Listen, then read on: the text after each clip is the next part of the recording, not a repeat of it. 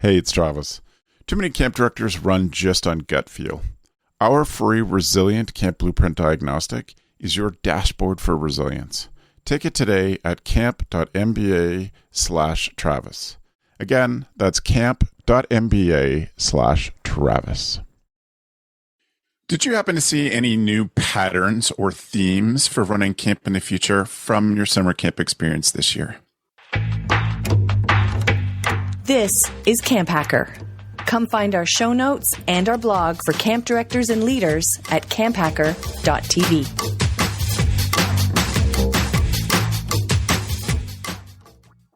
A huge thank you to our sponsors who make the CampHacker podcast possible. You don't lead camp because you love the office. UltraCamp has everything you need to manage your program so you can spend more time doing what you love. Manage staff, register campers, take payments, and direct communication all in one place. Find out more at ultracampmanagement.com/camphacker.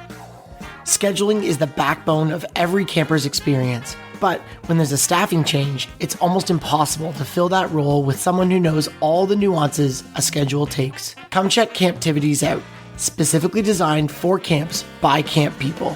Find out more at camptivities.com. Hello, Camp Mavericks, and welcome to the CampHacker podcast, brought to you by UltraCamp and Camptivities. My name is Travis Allison. I'm a summer camp marketing and strategy consultant. Hi, everyone. My name is Chris Hudson. I am the founder and director of a place called Camp Highlight, a sleepaway camp for kids who have LGBTQ parents. It is routinely voted the best camp in the world. And my name is Gabrielle Rell. I'm one of the camp directors at Camp Waro. Camp Waro is an all-girls camp in the Laurentian Mountains, and we focus on creating a positive environment for girls and gender minorities. My name's Joe Richards. I'm the executive director at Pierce Williams Summer Camp and Retreat Facility, which is a traditional summer camp and part of the United Church of Canada's camping network. And we're located in Fingal, Ontario, about halfway between Detroit and Toronto. Welcome to season 70 million, everybody. It's great to have you back. I think if we worked hard, we would say it's season 12. Season 12. I'm not so good at math on the season go. 12, and that doesn't include the Camp Nation days. No, our pre-podcast podcast. Pre-podcast. Yeah, it's true. Anyway, I'm so grateful to have the three of you here. Thank you very much for making time and for your spirit of sharing so much with everybody in the camp industry. I think you're a gift to this industry. Aw. Come on now. I didn't know we'd be doing compliments at the top of the show. Okay. Oh, just one way. I'm not looking for anything. We'll be fine. What I would like to say is that if you're a listener, then online reviews of the show help us. It just helps sort of give us a bit of social proof about the episode. We would love it if you went to ratethispodcast.com/camp and then click the ratings and reviews button. And there you can review the CampHacker podcasts. We do check them out. We use that as kind of our feedback mechanism. And it's, I guess, a bit of social proof. Today, as we come back to the first episode of the fall, we're going to talk about debriefing the summer for the three that ran camp and seeking some patterns in how summer camp has changed. Certainly, everyone that I have talked to has said that summer camp is different. I think for those who continually say that we're going to get back to what 2019 was, are wrong. I think we're not going to get there. I think we'll get a new normal, but it's not going to be that. So welcome to the three of you. We are thinking about things that we saw and things that happened to you. I'll start with a bit of an overview of some of the stuff that I saw from my position in my basement office this summer. I think that certainly friends, and I think we'll hear today, had a stressful summer. I don't know a camp director who didn't think that this was the most stressful summer they've ever had. I think that there are a lot of issues that surprised folks. Unfortunately, what's the best way to word this? I'm frustrated at the number of camps that didn't have COVID plans and that affected their camps, that came into the summer with no plan as to what would happen. And then we saw people asking for help. I'm the camp director and I'm sick with COVID and we don't have a plan. A third of my staff is out with COVID and we don't have a plan. And I find that frustrating. I think people who listen to this podcast are not those people. I think we've talked a lot last season about what we need to be prepared for. And I think we'll have to continue to be super aware of what the issues are, including the fact that COVID's going to be a factor for the known future. And so I hope that some of the lessons that folks can take away from this include that we need to be prepared for stuff and we need to have plans. And yeah, so there's lots of different parts to that. But since I was working in my basement office this summer, truthfully, I was mostly just on a reclining chair recovering from a broken collarbone all summer. But I wasn't directing camp. So Gab, what for you is some of just kind of the highlights of what happened at camp that you think are lessons you will take away? Well, I agree. Most people that I spoke to also had quite a difficult summer. I'd like to go off of my frustration. I'm going to share my frustration. Please. My frustration is that when we're talking about plans, one, we did have plans and thank goodness, but also we would not have made it without these plans, and it's not sustainable. Like these plans that we have aren't sustainable. I had to, get almost, I think it was about 10 past leadership team members to commit to this summer to help support us. It's just not a sustainable model, and we're relooking at what we can do. I think what I'm frustrated with is maybe the idea, not from the people that are on camps themselves, but maybe the people that are supporting. So the executive directors that aren't physically on camp, or the board members, or even maybe some of the associations that their mentality is we're back to quote unquote typical normal, whatever you want to call it, and not looking at the actual impact that this is happening. So I would say that our camp this summer maybe survived the summer, and I think we protected a large majority of our staff and our leadership team by having this contingency plan of having extra leadership team members come in throughout the summer. So that allows us to build for next year, which feels really great. We're not losing our staff, we're not losing our leadership team. But I feel like there's this disconnect from people that aren't necessarily, not everybody, but the ones that are actually working at camp. I'm seeing one thing from, being boots on the ground within my organization versus people that aren't there. And I'm very worried, and I've said this before we went into this summer, I'm very worried about the mental wellness of our camp leaders. That is everywhere from CITs all the way to our camp directors. Yep. And again, this year, and I'm not somebody that's extremely social. I have a very small network of people that I spend time with that are from the camp community. And still within that, my small circle, there's people that need to take a leave of absence. And I'm really supportive, and I'm very happy that they're doing that. I think it's necessary. That sort of disconnect is really frustrating to me, and it's going to have it is the signs of a long-term impact is there, and I'm worried about our industry. Yep. And people that care about kids and staff, and not having the right people there because they can't sustain this. It's been 3 years of doing this, Yeah. All these big hearts with no money. Yeah. And no support and no contingency plan. And let's just pack camp and let's try to find as many staff members as possible. And let's just go, our staff are sick. Well, we're not going to make any adjustments. Change anything. We're going to just put that pressure on the staff members who are 17, 18, 19 years old. They're not coming back, or their experience isn't positive. They're not going to become your next leadership team members, the next camp directors. This peeves me off, if I'm allowed to say that on CampHacker. Yes, you're allowed to say peeves. You could say piss if you want. It pisses me off. There we go. You could say piss, arse, any of those things. Didn't realize. There you go. Yeah. Mm-hmm. Yeah. Any words that are legal on television, we can say here. Okay, good. Well, we've said other words, to be honest. Depends what channel, yeah. Mm-hmm. I was going to say I watch different channels, so... How about for you, Joe? What was kind of a summer overview for you? Our summer overview here at Pierce Williams is that we had a fairly successful summer in terms of COVID and staffing, and nice. I certainly didn't experience the same level of stress as other camping professionals I've spoken to. And I wonder, Gabs, if this is a symptom of people not doing their own self-care or taking care. It's a difficult summer. We should base no full future plans on the summer of 2022, right? We need to be very careful not to change too much, but also to change just enough. And my theory with some of the stress that our camping colleagues have experienced is that they sometimes don't take their own well-being as right in terms of they want to protect others and help others, but they don't give themselves that same latitude.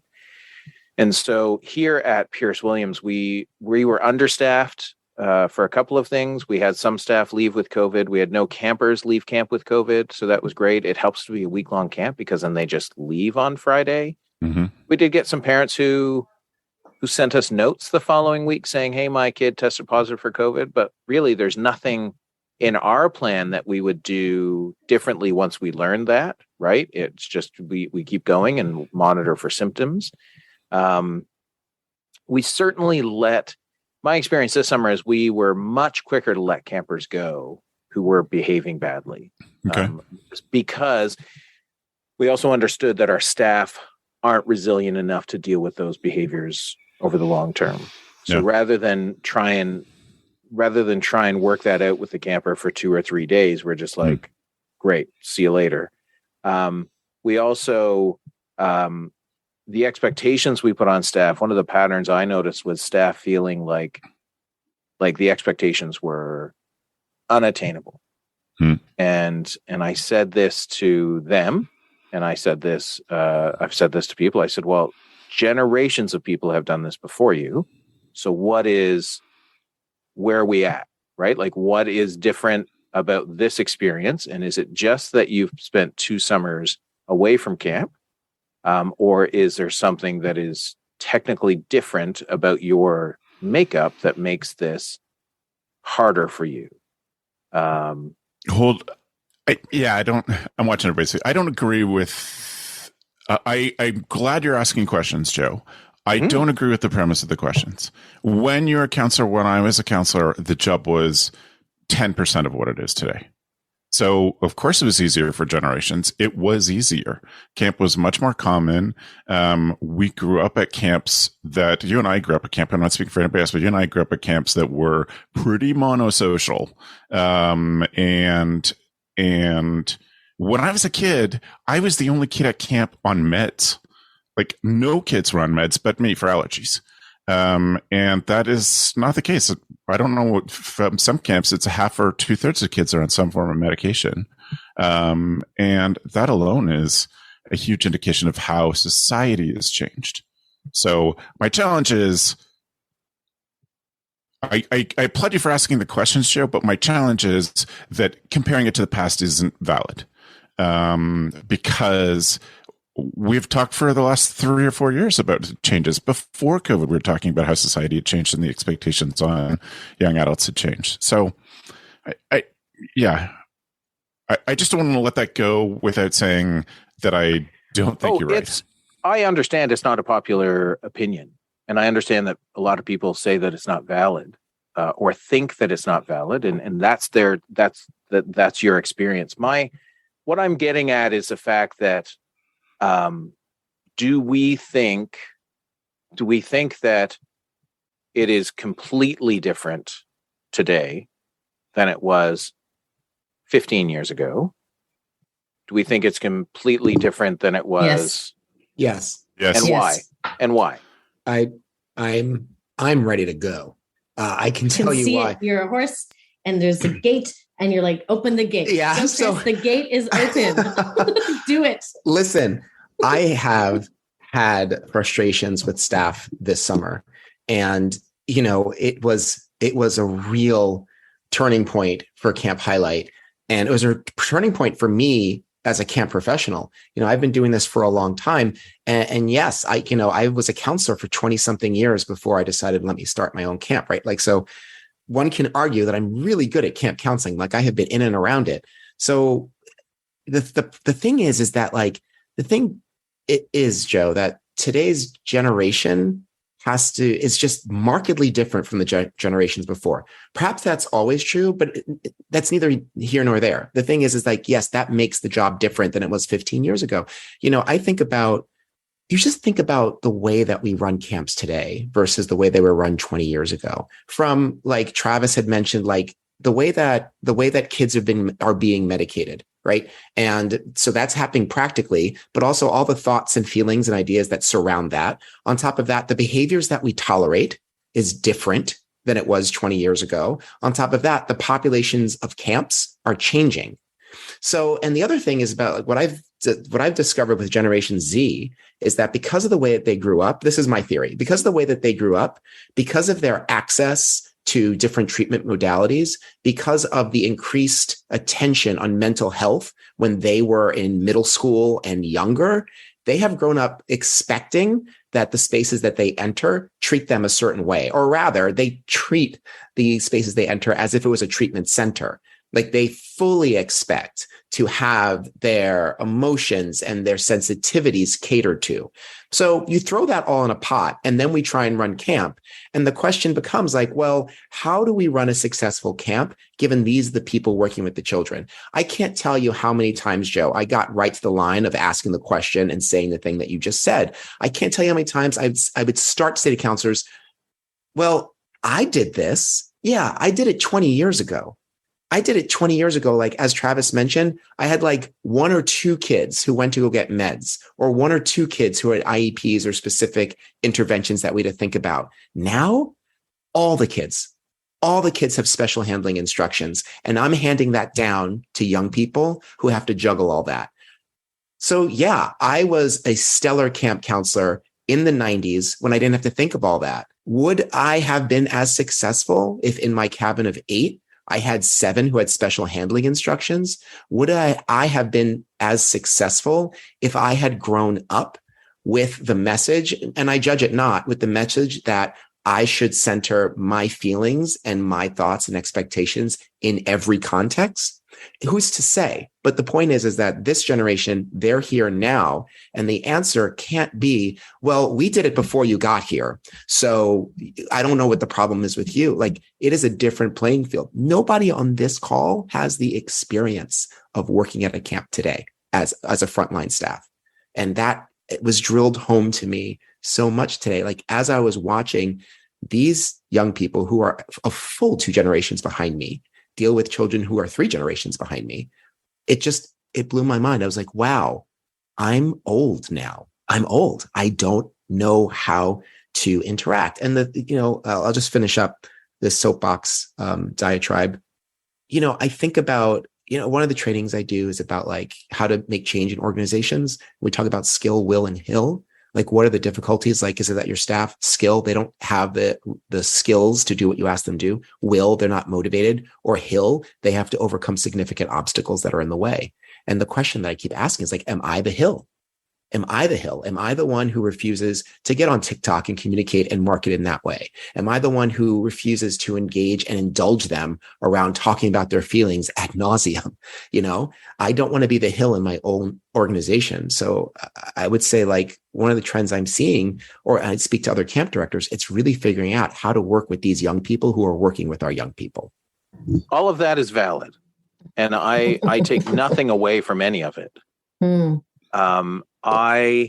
However, however, okay. No, but it sounded like it was coming.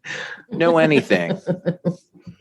I think that the summer of 1996 opened my eyes to the future of camping, because when I directed Stevenson Children's Camp, and we had 96 kids, and 70 of them were on some sort of medication, and they're all come with problems. Right? You're well ahead of the curve as to where we are now, 20 years later.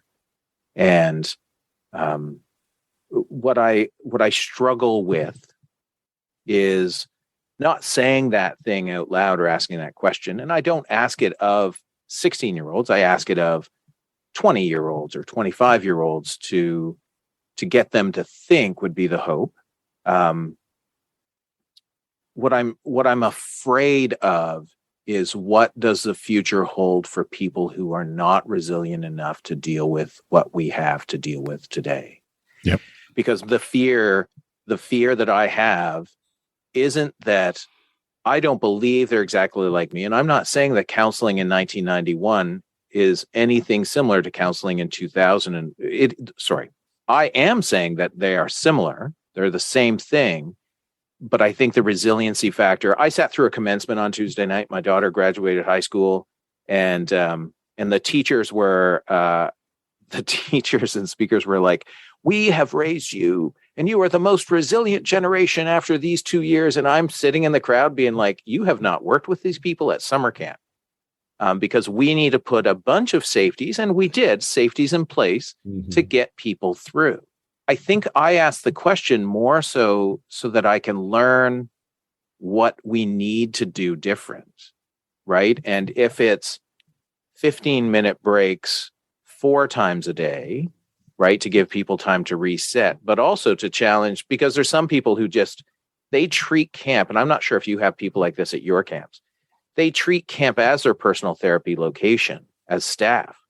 And I'm like, absolutely. And one of the things, Chris, that I'm very adamant from the get-go in staff training is that is not what we are. You need to understand that our focus is on giving campers an amazing summer camp experience. And if you have challenges as a staff person, you can deal with some of those, but we are not spending 5 hours a week on your therapy with your friends. It just doesn't, that's not what parents are paying for. But let me ask you a question, Joe. Yeah. But what if that's what this generation requires? What does that mean for us as professionals? Like, it means that we need to have camps with older campers. I'm saying all this without judgment, right? Mm-hmm. If the young people today, when we all go out, back into the trenches trying to find staff for our camps, when we all go out in all the interviews, if that comes up in every single one, everyone says, "Listen, I need significant breaks. I need time to talk about my feelings." And they all say that. Do we close down or do we adjust? Like, what are we holding on to? Why can't we adjust to this? I think that's what I was talking about, Chris, at the beginning. I think that's what I'm talking about maybe some people from the outside, or I think what I'm saying personally, I need time to reflect, to bleeping figure out how to best run camp and have to rethink things. And I feel I've been so privileged to be part of not one, but 2 podcasts, learn from brilliant people, sitting down with all of you, once every or twice every other week, go to conferences. I'm in a place in my life where I'm saying I need to go back to a drawing board because I'm I don't recognize the ground I'm walking on right now. And I need to listen. And I'll bring in just sort of 2 points. One, as many people know, I work with my family, work with, my father is our carpenter maintenance guy, and Jackie's my teammate as a co-director. And I'd have to say that, and this has nothing to do with her being my mother, but from somebody from a distance, she's somebody that has always been able to adapt from generation to generation. And I recognize in myself, I have a little bit I recognize in me and this work that I'm doing with my therapist. She's amazing. I do have ego. I do have pride. And sometimes I'm like, this is how I bleeping have done it in the past. I know how to do things. Jackie she carries none of that on her. She never has that. She genuinely is interested in what people have to say. She marinates on things and then she shifts things, even if she's been doing it for 30 years and she knows that what works. And I'm trying to embody that sort of mentality. And I am scared right now because my intuition, I used to know how to handle certain kids, and I used to know my experience and my intuition really guided me. Right now, I feel like a fish out of water, and I'm trying to carve out time in my space to go back to school, education, conferences, whoever, research. I don't know. I'm working on it.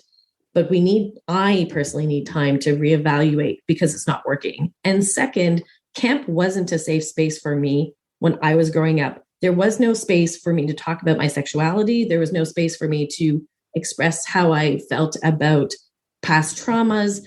I had to lock a lot of stuff up. I had to that was part of the generation. I grew up at an all girls camp where we never spoke about queer, trans, non-binary individuals. We didn't necessarily even have the language at certain points, I think, but this wasn't a space for me to be myself, my authentic self, as Worrell likes to proclaim. And we're working on that right now. And that comes with the whole person, the whole camper, the whole staff member. On top of it, there, just before our podcast, we jokingly said, well, we're doing this, and it doesn't matter because the world's going to end anyways. There's a little joke of the environment going to crap or finances, is there security for our children financially? This is stuff that they have immediate access to. So I will say personally, I do not feel equipped to manage the way I have managed in the past, but I do feel like I know that I have to create space to try to understand, and I don't know how to go about it. But that brings me back to my first point of people that are supporting our camp professionals. That what frustrates me is it feels like a form of gaslighting, saying just because you don't have to wear a mask in a grocery store or at a restaurant does not mean that we are facing normalcy anymore. And that's why I'm worried about our industry, because I do have a beautiful network of people that do support me within my own organization, within the camp community. And I personally feel lost, which tells me that we do have to come together and have these type of conversations. And that's what I'm hearing from you, Joe, as well. You're trying to find those answers. I also don't have those answers, but I think that's one of the main reasons why there's many reasons why the summer was very tough, but this is one of the pillars of why it was tough for me this summer. I hear you, and I hear the emotion in your voice, Gab, and I love you. So I think the reality is that what Pierce Williams needed this summer was a foundation to start from. And the role I played was the foundation, right? To make sure that people knew where we were going and what we were doing. And the new staff we have in place, because from the time we ran camp in 2019 to the time we ran camp now, we have all new staff in running camps. We had one staff member this summer who had been on staff in 2019. And so I played the foundation and let the management of younger staff fall to my 25-year-old camp director. And I don't micromanage that stuff, right? And they come to me in October and they ask for changes for next summer. And I need to remind myself that we are, and I've built into our whole identity at Pierce Williams, we are a camp that embraces change. And so as they requested a meeting with me and they went through this 2-hour-long presentation with slides and everything, and it involves hiring some more staff. And I was like, okay. But well before that, I had already made the choice 3 days before to be like, remember, you want to say yes. No matter what the presentation is, you want to say yes. And all I need to do is guide them into the big picture challenges of that. And I said, yeah, okay, that works great. The brass tacks you could have told me as the person who's in charge of this is this plan involves hiring 3 more people. Right? And you're like, oh, 3 more people. I can do that. That's great. And part of their thing is that management. Are we asking too much of these people in our current system? And so they're changing the system. And I was like, sure, more power to you. I want to then move on to our sponsor that we're so glad to welcome this for this season is CampTivities. And CampTivities has been a sponsor of other shows before, and we're grateful to have them. You end the call and your mind is spinning. Who can do the scheduling for us? How will you find the time to train them? To explain all the nuance and detail to make sure your schedules come out the right way. The only people who know anything about scheduling at your camp already have a lot on their plates. Does this mean a lot of late nights each week to get the scheduling done? You quickly search Google for Camp Activity Schedule and you come across CampTivities, an activity scheduler for camps by camp people. As you click, you're already thinking, this would never work for my camp, but you begin to explore it anyways. They've got group scheduling, camper scheduling, batch scheduling. Ooh, this is interesting. Manual adjustments, elective scheduling, tons of customizable settings, and more than 50 reports that you can work with. Say to yourself, this might actually work for us and save us a lot of time. Think about your organizational continuity and stop relying on one person to make your summer schedules. We'd love to show you the next big thing in camp. Don't wait. Start the onboarding process now when you have the time. Visit camptivities.com to help set up a time to chat. Let us help you find a way to get away from your desk and back out into camp. I think the other challenge, and what I'm hearing, the biggest challenge, I think, not the biggest, a big challenge that we have as an industry is that people still believe that us, so camp directors who are on the boots on the ground, don't always treat themselves the way they want to treat their staff. And I think that that's where we see the burnout, and that's where we see a generation of people behind us missing as full-time camp people, right? Or that's where we see people do 2 or 3 years as full-time camp people and then want to get out. There was a discussion on the Facebook group maybe a month ago now about what did you do after you left camping? And I was like, that shouldn't be a question we have to ask, right? You should be able to sustainably do this job, but it was fascinating. I agree with that. And I'm somebody that is very militant about taking time off during the summer because I know it feeds me. I know it helps my staff. It really helps my staff because of my mood regulation from taking time off. Problems that are big problems tend to become smaller problems, tiny problems that I wasn't even noticing. They come to the forefront of my brain and I say, oh my gosh, I actually need to address this. It's very, very important. I was told by a camp professional that what our industry needs is camp directors to really put themselves first.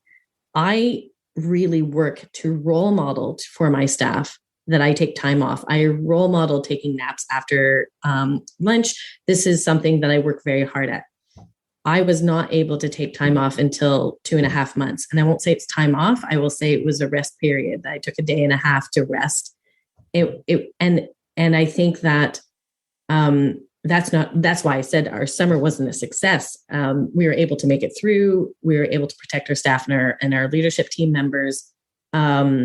And that's just my experience, with COVID, with mental wellness issues, with a kitchen that was learning to become a team. These are all things that compiled into I was not able to take that time off. And I do believe in rest, and I do believe in this. And I think that there's definitely certain people that will think that they need to be there, and you don't need to be there. And then but I do see a shift just within my organization. It wasn't like, oh, things aren't going to go well, or, oh, the place is going to burn down without me. I really physically couldn't leave. It wasn't possible. And, that's why we're reevaluating, and that's why I'm trying to rethink things, but it's tricky, Yeah. Chris, sorry, go ahead, Travis. Do you have a follow-up on Gab's thing, which you're welcome to? I would also love to hear, the highlight lessons, struggles and lessons.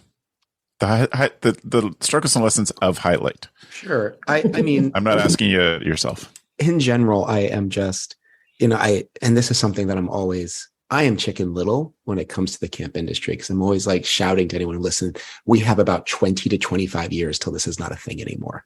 And I think the staff crisis is, this conversation speaks to the staff crisis in our industry, is that one, and I've spoken to a lot of camp directors in the past couple of weeks.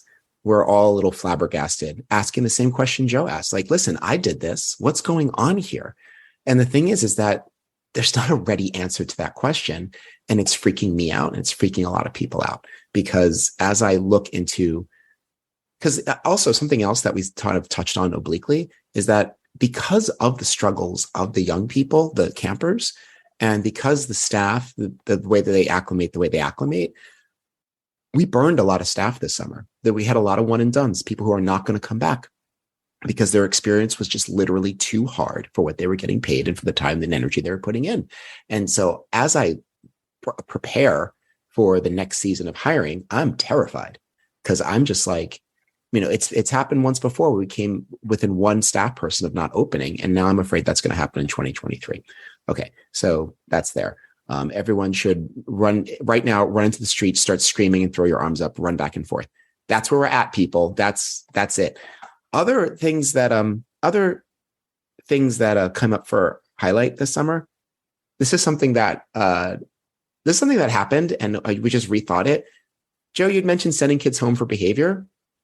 We just sent kids home because they wanted to go, and that was really eye-opening. After 30 so years of doing this kind of thing, like me and the other co-director, we looked at each other and we said, why are we imprisoning these children? Kids came to us like, I really want to go home. I really miss home. I really go. And we like knee jerk. We're like, well, listen, we have this coming up on Friday. And if you just tough it out, if you stick it out. And it just seemed to run counter to the message that we're always giving the children, which is that the way that you feel is important.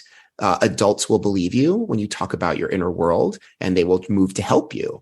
And it just seemed to me like this was I won't say it was a no-brainer because it was really a journey to get here, but like recognizing that the young people, the campers, had their own internal sense of how much they could take was revolutionary. And it went both ways. Sometimes kids just needed to know that they had the option. And once I said, hey, listen, if you still feel this way after 2 activity periods, I will call your parents and we will have a conversation. Right. And some kids were like, great, never came up again. Then other kids were like, someone wanted to go home with only 2 nights left. And, we were like, all right, sure. And that kid had a fantastic time and is still singing our praises because 5 days was enough for that kid. 5 days out of a week was enough. And they will come back. And isn't that the point? So that's a lesson that I learned, which is fascinating. It's just great to keep learning stuff and doing this after all this time. But that was something that I just wanted to share with people. Think about it. Think about kids going home. Why not? Go ahead. I mean, not for nothing. The parents didn't get a refund, but but the kid was happy. Did the parents struggle with that? No. Parents did not struggle at it. We said, listen, we did our best. And the way they presented it was like, our culture here is to believe kids when they speak. And this child says that, it's not they're not having fun. It's just that this living situation is too much for them right now. Yeah. They need to come home. And the parents were like, got it. No pushback. We had the most sent home in my career, tallied up to send home this. It was mixed with our families. We had some families that were on board. We had other families that were absolutely against it. I think in part it's because they had their own plans. I think the bigger picture was that they also just want to get back to normalcy and they want the kid to be okay. And it's hard to face that even maybe at summer camp where it's supposed to be fun, that they're not okay. And we did have some difficulties with some of the refunds or non-refunds, simply because maybe parents wanted us to keep them longer than we were comfortable, et cetera, et cetera. But that's certainly something that we're looking at as well, and comfortable with sending kids home. But it was the most I've ever, in my entire career, I've never sent so many kids home, like accumulated into that one summer ever. Well, that's an interesting spot to leave this discussion, but I feel like this discussion is going to be our theme in so many ways this year. So thank you to the three of you for sharing your experiences and your questions and your thoughts. By the way, if you... Chris did a whole 5-minute video on sending kids home on 5 Minute Fridays. Sure did. If you're interested and wish to be a subscriber, you can check out that video at gocamp.pro/5mf. Yes, that's it. Actually, just to interrupt you, I've done 2 videos on sending kids home. I previewed one here, and if you want to hear what I'd say for the other one, you just got to subscribe. There you go. You just got to subscribe. Thank you for opening that loop, Chris. That's well done. I want to take a second and thank our sponsor, UltraCamp. Without sponsors like Camptivities and UltraCamp, we couldn't continue to increase the product production and all of the things that go into making CampHacker better every season. So we're grateful to them. For CampHacker listeners, UltraCamp has a way to increase your staff retention by staying in touch with the camp staff all year long. Download UltraCamp's staff communication calendar that includes pre-written prompts for free by visiting ultracampmanagement.com/camphacker. Do you remember why you chose to get into camp? UltraCamp knows it wasn't because you love paperwork. That's why they built a platform that streamlines managing each piece of your program all in one place. No more having to learn and remember several different platforms to run your camp. With UltraCamp, you can register and manage campers, generate and direct communication, organize schedules and activities, process payments and donations. UltraCamp's goal is to help their clients spend less time in the office and more time doing what they love. Want to know if UltraCamp is the right fit for you? They offer a free customized demo session so you can see their software in action.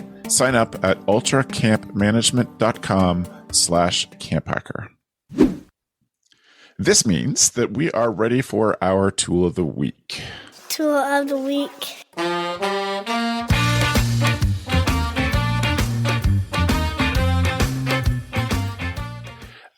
Joe, do you mind going first with your tool of the week? No, I do not. My tool of the week is a CO2 monitor, specifically the AirNet 4. It rings in at a pricey $325 Canadian, but is portable, and they sell a wall mount bracket for it.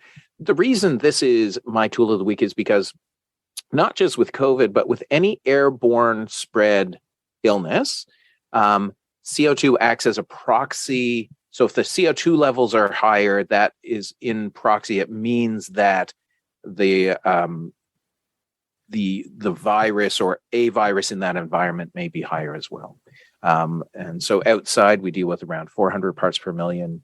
And the AirNet 4 is a fairly inexpensive way for a camp facility to be able to carry it building to building and see how safe that is inside of buildings, and see also the air exchange in a building, right? So at our farmhouse office here at Pierce Williams, it consistently reads somewhere around 650 to 690, which is great. Amazing level.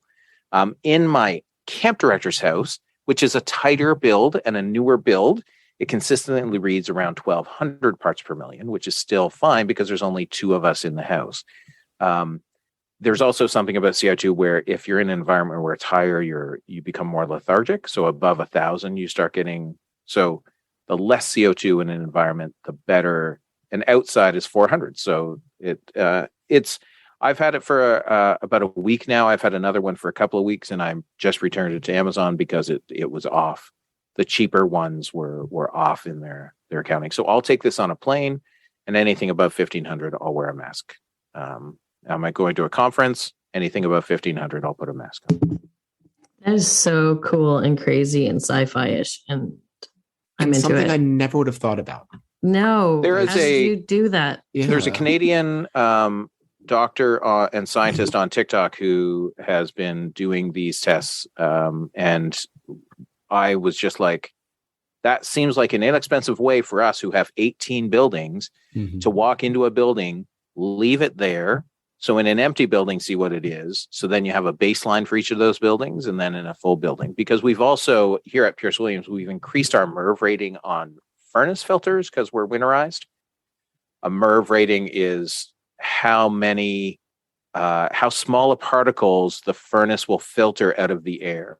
And to catch something like COVID, you need a MERV 13. But it also means that it's going to fill with things like hair and dust and other things much faster. So you need to make sure you change it or else it'll hurt your furnace. So these are things I think about in a winterized facility for sure. So the AirNet is a $350. Sounds like a lot of money. It is a lot of money. But for your camp, I think it's worth it. That's awesome. That's great. I should say that the follow-up, the follow-up to that is that Joe and I obviously follow a lot of the same people on TikTok, is that the solution to reduce the risk is fairly simple. When you know that there's a problem, simply turning on a fan and opening a window a crack can change the atmosphere in no problem, and just instantly reduces the risk of passing diseases, virus-based diseases from person to person, with the simple act of turning on a bathroom fan or a kitchen fan and just providing a crack of air. It's been really interesting to watch some of the self-education that's happened about disease transmission, but also the solutions, which I'll make that a tool of the week later. I've got another one. So, Gab, what's your tool of the week? We're going over to the high-tech world of gnomes. So, if you want to do craft with your kids, I did say gnomes, Chris. Okay, I did say gnomes. I'm keeping notes. So, thank you. If you want a craft that looks good at your camp and you can use scraps of material that's been piling up, gnomes is the way for you. I've linked a video. There's 100 different ways that you can make gnomes on Pinterest, YouTube, the good old internet.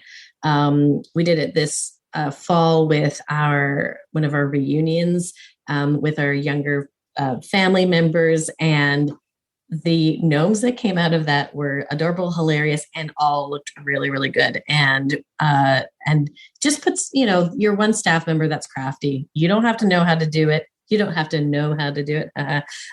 You can just get them. Chris, it was funny. Just give me the laugh, okay? I didn't know we were coming for puns, but I'm here for it. I'm sorry. I didn't mean to wince so publicly. I saw the eye roll, but I'm still owning it. But yeah, get your craft person. They'll know what to do, and it's one of those crafts that will just look good and it's cute, and you can use scraps of material that you have at camp. Thank you, Gabs. This is also a reason to have lost and found socks not be garbage. Oh, yeah. Because in our I might fight world, you on that today too. 2 issues today, Joe. I might fight you on.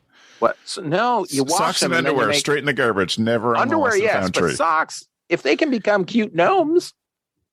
Fair point. I would, of course, do that other TikTok phenomenon, which is clothing stripping. And to those socks before I would be willing to use them in any crafts with other people's kids. Chris. Oh, it's my turn. So it has been a long summer, and it has been a challenging, as you heard before, it's been a challenging summer for me professionally. It's been a challenging year for me personally. And it's funny how things just kind of line up in your life. I was staying after camp. I went away for a week because I absolutely needed to. And even the vacation was a hard time. And it just happened to be that in the drawer of the hotel that I was staying at, someone had left a book. And I swiped it because I was like, free book. Yeah. And it's this book. It's a Bible. You have to put that back. It wasn't a Bible. It's funny. It's called You Are Here, Discovering the Magic of the Present Moment by Thich Nhat Hanh, who is a Buddhist monk who writes and talks, and everybody who is even vaguely aware of Buddhism is aware of who he is. And I didn't know. I'd seen some of his videos on YouTube. I didn't connect it was the same person until I started reading. I would just listen. I don't know where you are in your life, listener. I don't know what you're dealing with, but this book can help you only because it's just about how to situate yourself in your current moment, how to be grateful of the things that you have. If you are someone like me who has regrets from the past and worries about the future, like finding a way to stay in the present it's a challenge, but it's completely worthwhile. It's a lot of thinking about breath and attention. And if it sounds like out there for you, I don't care. I think you should try it anyway. It's called You Are Here, and you should check it out. It's a really easy read. And even after the first chapter, I was like, wow, this just makes so much sense. So my challenge to anyone listening to this is like, you know what? Just read the first chapter. And if you hate it, stop. But I think if you just read only the first chapter, you're going to get something out of it because it really has helped me through the past couple of months. So that's my gift to you. Thank you so much. My tool of the week is a new app and website called NotePD, obviously just short for Notepad, notepd.com. And it's a really interesting site for generating ideas of things and developing a practice of pushing yourself to generate more ideas. So there's a writer, a podcaster named James Altucher, and he was involved in some big TV stuff and kind of lost his whole business and everything kind of had to start over again. He is the founder of this app because he got himself out of the funk of losing everything by taking a restaurant notepad, like a waiter's notepad from a restaurant supply store, and making himself write down 10 ideas a day. They didn't have to be linked. They could be just that practice is how he got himself out of that funk and is back, from my perception, making lots of money and very happy living his life in New York City. But he continues to practice. And I read him talk about this. I've heard him say it on podcasts. But I just found out that they now have an app for it. And if you go to the show notes at camphacker.tv/podcast, you'll find the links there. My link there. It's free. There are some paid features, but I haven't even seen a need for the paid features, but there are cues. If you're stuck for what I want to generate ideas about, then there are some cues to do that. I think it's just a great idea to practice the idea of generating new ideas all the time. And if you wish, again, camphacker.tv/podcast, you can find the link there to a challenge that I've created for camp people related to today's themes. So there's a challenge called Things That the Summer Camp Industry Needs to Consider for a Sustainable Future. And you go there. It doesn't have to be 10 ideas. That's just sort of his model. But you can connect to that, again, from where the podcast hosts and show notes are. You can see that challenge, and I invite anybody to be a part of that. And I just created the challenge this morning. It was easy to do so. I haven't even started my list on there. I will do so. But it's been fun on some things it's been fun to get involved in challenges, and I have created a couple of other challenges around how to make cities and towns nicer to live in that have been picked up and have been really interesting to read people's ideas. So Notepad, NotePD. So that brings us to the end of the show. Again, I've said over and over again where you find the episode stuff. I would like to spend a moment and highlight another Go Camp Pro show that I think is important and useful to you. Please check out First Class Counselors. It is a show for you as the camp director to pass on to your staff. It is a way for seasonal staff to have year-round training and ideas generated by some great Go Camp Pro podcasters that will help them get ready for the summer, help them develop some mindset stuff around summer camp. And it's great because some of it's really small, like how you put campers to bed, and some of it's bigger picture, like how do we develop our own stamina for the summer when we're a seasonal staff member. So please check that out at First Class Counselors. You can search for that in your podcast apps. Thank you to the three of you for joining us and for, again, sharing all of your great things. It's great to be back in the podcast saddle with all of you. If you want to get a hold of Joe, Gabz, or Chris, you can go to camphacker.tv/podcast. Thank you all for being here, and thank you for listening, and thanks for the evening, friends. The Camp Hacker podcast is brought to you by Beth and Travis Allison, summer camp leadership training and marketing consultants. Thanks for listening. Camp Hacker, bringing your world into focus. Hey Camp Pros, we love that our industry is built on sharing. In order to foster that spirit, if you've gotten even one good idea from a Go Camp Pro podcast, masterclass, from the Summer Camp Professionals group, a conference, or wherever else, we ask that you give credit where credit is due. That way, it'll encourage camp pros to keep freely sharing their ideas and make the camp industry as a whole better. Hey, it's Travis.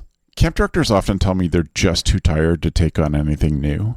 That's exactly why my free Resilient Camp Blueprint Diagnostic exists. It doesn't add work, it shows you progress. Quick, free, repeatable, you'll know if your systems are paying off without the guesswork. Try it today at camp.mba/Travis. That's camp.mba/Travis.